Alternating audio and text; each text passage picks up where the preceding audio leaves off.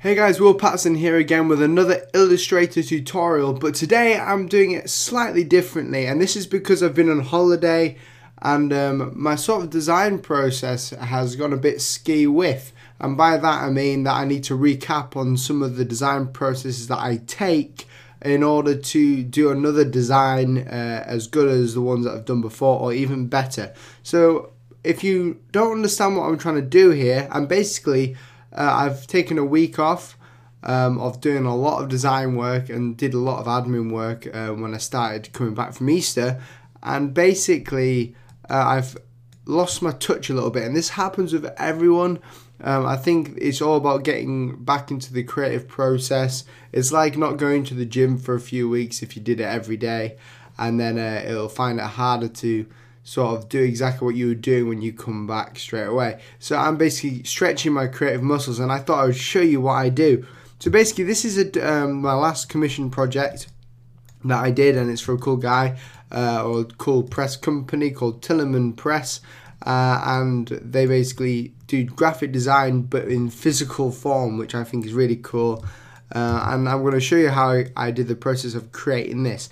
Now, I had a very extensive brief with this because it was really exact, and it had to be because this guy was a designer himself, but he didn't know how to use the computer side of things. He was more of the actual hands-on design, so he knew exactly what he wanted, and I gave it to him basically. And this is how I did it. So the first thing I knew is at Tillerman Press is that I got this logo here. The way that I got this is that it's two fonts. I believe it's Dido that I'm using, but basically the two different letters, they sort of can merge into one. So that is how I did it. So I merged them into one, and then I gave them a shadow on the background to give it that sort of old vintage look, which I love to do. And if anyone knows me from my design projects, I really love vintage sort of design, and I'm good at sort of replicating that. So I made this, and then I went on to make it a bit roughened to see how it would look roughened, and that's very important because I want people to distinguish the T and the P for Tillerman's Press right there. So that is sort of like the emblem there. Then he wanted, like, because that is a typography ornament in the center, or the bit that people will look at, we needed some things on the outside for them to get what I was talking about. So I chose a font called Brandon Grotesque, which is like one of the majorly best fonts that I think I've ever used, and I'll carry on using it because it's such a good font.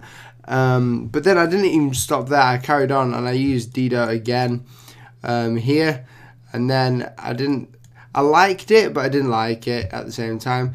Actually, no, wait a minute, I've skipped a few here. I have skipped a few. So forget about this one for now. If you look at this, I wanted to create like a vintage typography thing. I didn't want it to be a circle, so first off I started off like this with a sort of a path, and excuse me, a lot of these layers are sort of not locked. So I used Brandon Grotesque there. But yeah, so I used a lot of these things. And then I decided I'm going to make them into a circle, and this is what I created in the circle. I thought it was really good, and it turned out that it was very good. And the way that I did this was by looking at the brief. He wanted something like this. I can't remember exactly what he said, but it was an extensive brief, and he gave me a mood board, which is a really helpful tool for anyone to have, especially if you're a designer, like any sort of person watching this video. You would want a mood board because you're a visual person, and you want to get some visual sort of specifications of the client, because your job is to interpret what the client wants in his head, and you've got to sort of, like, it's hard to say, but you've got to sort of mind read sometimes. Sometimes it's trial and error, sometimes it's plainly obvious. With mine and stuff, it was obvious because he gave me a brief, but it was challenging because of he knew exactly what he wanted, whereas a client normally who doesn't do design, who's just looking for a good logo, doesn't know exactly what they want most of the time. So I created something like this, and he really liked it. He really liked the font that I used up here for the Tillerman, and then he loved this typographic piece in the middle, and then he didn't like the things on the side though. Here he liked it how it was established at 2013, but then I missed the full stop accidentally, which apparently means estimated time. No, the Europe Standard Time, sorry. But yeah, so I did a few things wrong there. But I went onto a Skype conversation with him, and he said that I should go ahead and change it with him in the call, so I did. So what he wanted, and he made it much better. He knew exactly what he wanted out of the revision. So during the revision, I went ahead and did it all again, as in I just made Tillman press again. And what we did, as you can see here, which this is the revision and this is the old one, so this is the first one I gave him, this is the revision. He wanted the EST in the same font as the typographic ornament in the middle, and then he wanted 2000 the same thing, and then he wanted his ornament there again. This is a really funny thing that he really opened up to me quite a bit, is that the brain will make the circle up, as in this is a sort of a shape of a circle, but the brain's making it look like a circle, if you get my drift. So it is a circle, but it's not a circle. And if I didn't have this ornament here, there'll be sort of a gap, and that's what he wanted. He wanted just Tillman press and not company at the bottom. So we just sized up the press to be exactly the same as the Tillman, and then I spaced it out so it's exactly from the established part of it here, exactly away from it as the Tillman is. And then I had to go ahead and kern Tillman, and that was done by doing stuff like this. So I would just go in here and arrows, alt and arrows, and I was doing that for a while. And then I did that, and he really liked it on the Skype thing. So what I did then was I went ahead, copied it, and I roughened it, and then I added some sort of worn out looks to it, which gives it this look. And then I took out the ornament because he wanted the ornament as well. Well, I didn't take it from the piece, but he wanted a separate ornament as well to create a stamp with, and that is it here. And that is basically the video that I wanted to show you. But this, going through your work is really important in this sort of design function or the design career, because if you don't know your design process, now this is what I call the evolution of a design. I start with something that I know that I can do, then I evolve towards and towards and towards, and then I keep going, and then you can sort of see it, and it makes you feel really good and satisfied at the end. And if the client wants to see it, it's really good for them to see where you got your creative process from. So mine was from here, from the brief as well.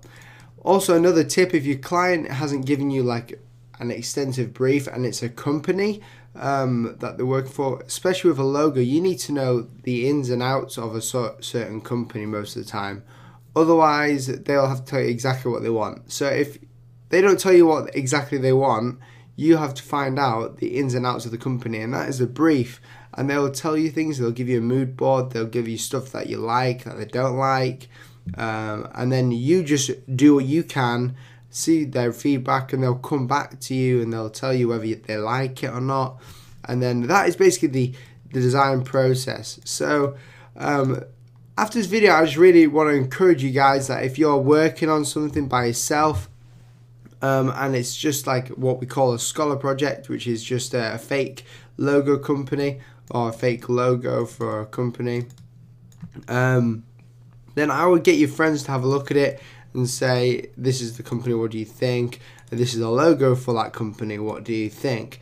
Because when you get clients and stuff like that, you need to be able to take the revisions well. And by revisions, I mean having to do the work again, or changing something, or even just scrapping it all and changing things. I've had that quite a lot, and it doesn't bother me as much now, but like it used to bother me quite a lot. But this thing was relatively easy for me because it's exactly my design process, and this is what he wanted, and he saw the way that I design, and he knew that he wanted something like what I can design. So this is what he envisioned. So after this video, I would just go and suggest to flex those creative muscles in your brain, and make sure that you're always putting out your design process. Don't delete any of these things. You don't want to delete them. You want to keep them so you can see where you went wrong or where you went right. And for me, this is where I went right. This is where I went right. I didn't go right here, but I evolved from that into this, and it's in the wrong order for some reason. and then from here I went into this, from this I went into this, and then something extra at the end because he wanted it, but I'm keeping that there anyway. So I hope this video encourages you guys. I'm sorry it's a very quick one. Sorry that you can see the dock at the bottom here, but yeah, so there's more videos coming out. I hope you guys had a great holiday, and I'll see you in the next tutorial video, which will be soon. So thanks very much, and I'll see you later. Bye.